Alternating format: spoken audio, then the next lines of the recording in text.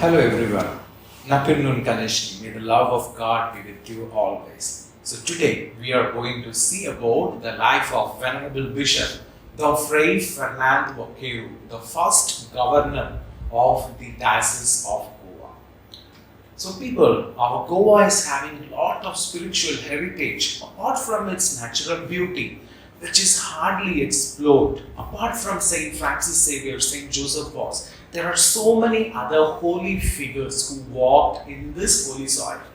So Goa, now it is an archdiocese, Goa was elevated first as a diocese with a bishop, that is in the year 1533 to 34. Like in between that, it was done. So before Goa became bishopric, how it was?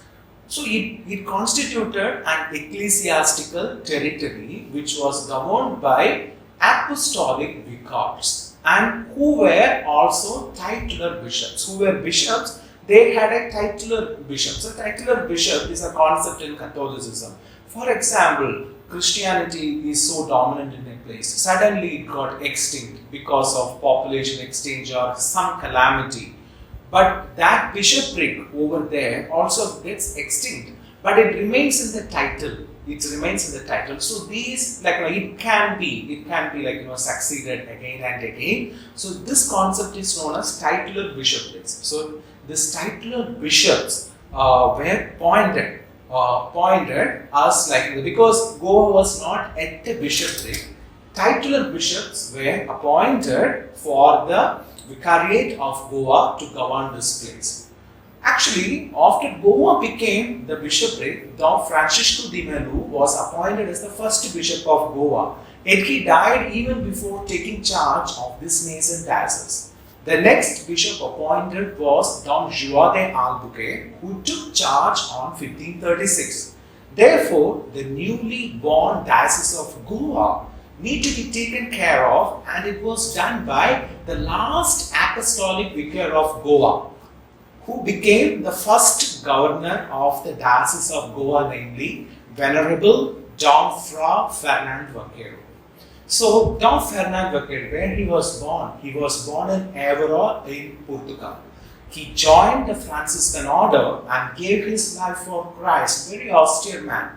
In 1531, he was sent to Goa.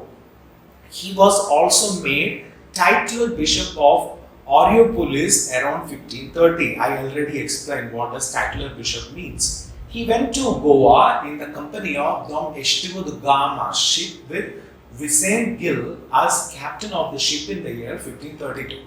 Let us indicate that even on the journey, he was saddened by the immorality and laxity shown by the Portuguese in the ship, and he did as much as possible to fight against this immorality.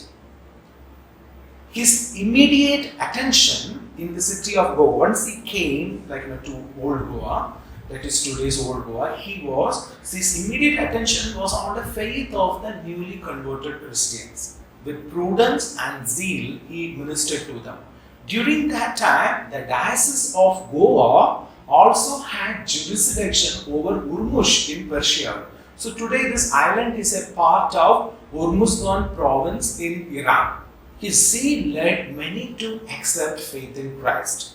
On 14th of March 1535, he died in Urmush during his pastoral visitation. Don Juan III, King of Portugal, was content with Don Fernando's ecclesiastical service that he had not appointed anyone to the bishopric of Goa until his death. So he was buried in the now ruined fortress church of Urmush. So now it's totally lost. By 1622, the Portuguese had lost Urmush, and after that, nothing is over there as such. So it is totally ruined. The first civilization of Iran was Elam, and it was succeeded by Persia and now Iran. Reverend Father Peter Dubowski, of the Society of Jesus, is the president of the Pontifical Biblical Institute in Rome, says that Elam is mentioned 59 times in the Holy Bible. God also promises the restoration of Elam in Jeremiah chapter 49-39. And Elam also received Holy Spirit during Pentecost, that is Acts chapter 2 verse 9. In the 16th to 18th centuries, Goa played an important role in bringing Christianity to Persia, that is today's Iran as well.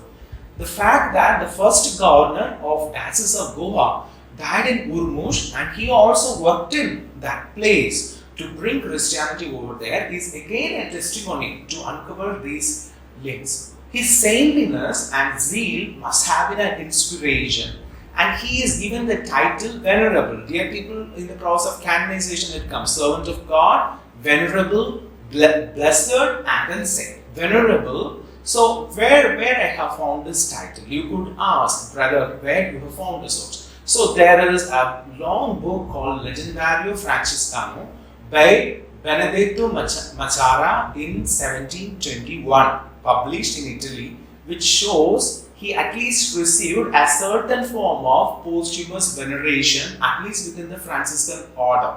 So there they have put his day of remembrance as April the 25th, and they had paid him a limited veneration itself. His cause was forgotten, as well as his saintly example was also forgotten over time, and it should be revived.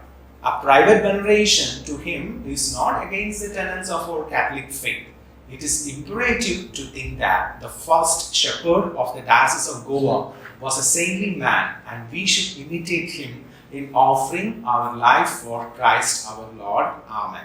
So dear people, now we will say one Our Father and one Hail Mary, and glory be for his canonization, or recognizing his sanctity, or remembering his witness. Our Father who art in heaven, hallowed be thy name. Thy kingdom come, thy will be done on earth as it is in heaven. Give us this day our daily bread, and forgive us our trespasses as we forgive those who trespass against us.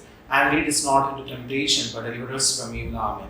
Hail Mary, full of grace, the Lord is with you. Blessed are you amongst women, and blessed is the fruit of your womb, Jesus. Holy Mary, Mother of God, pray for us sinners, now and at the hour of our death. Amen. May the Almighty God bless you in the name of the Father, and of the Son, and of the Holy Spirit. Amen. God bless you all. Amen.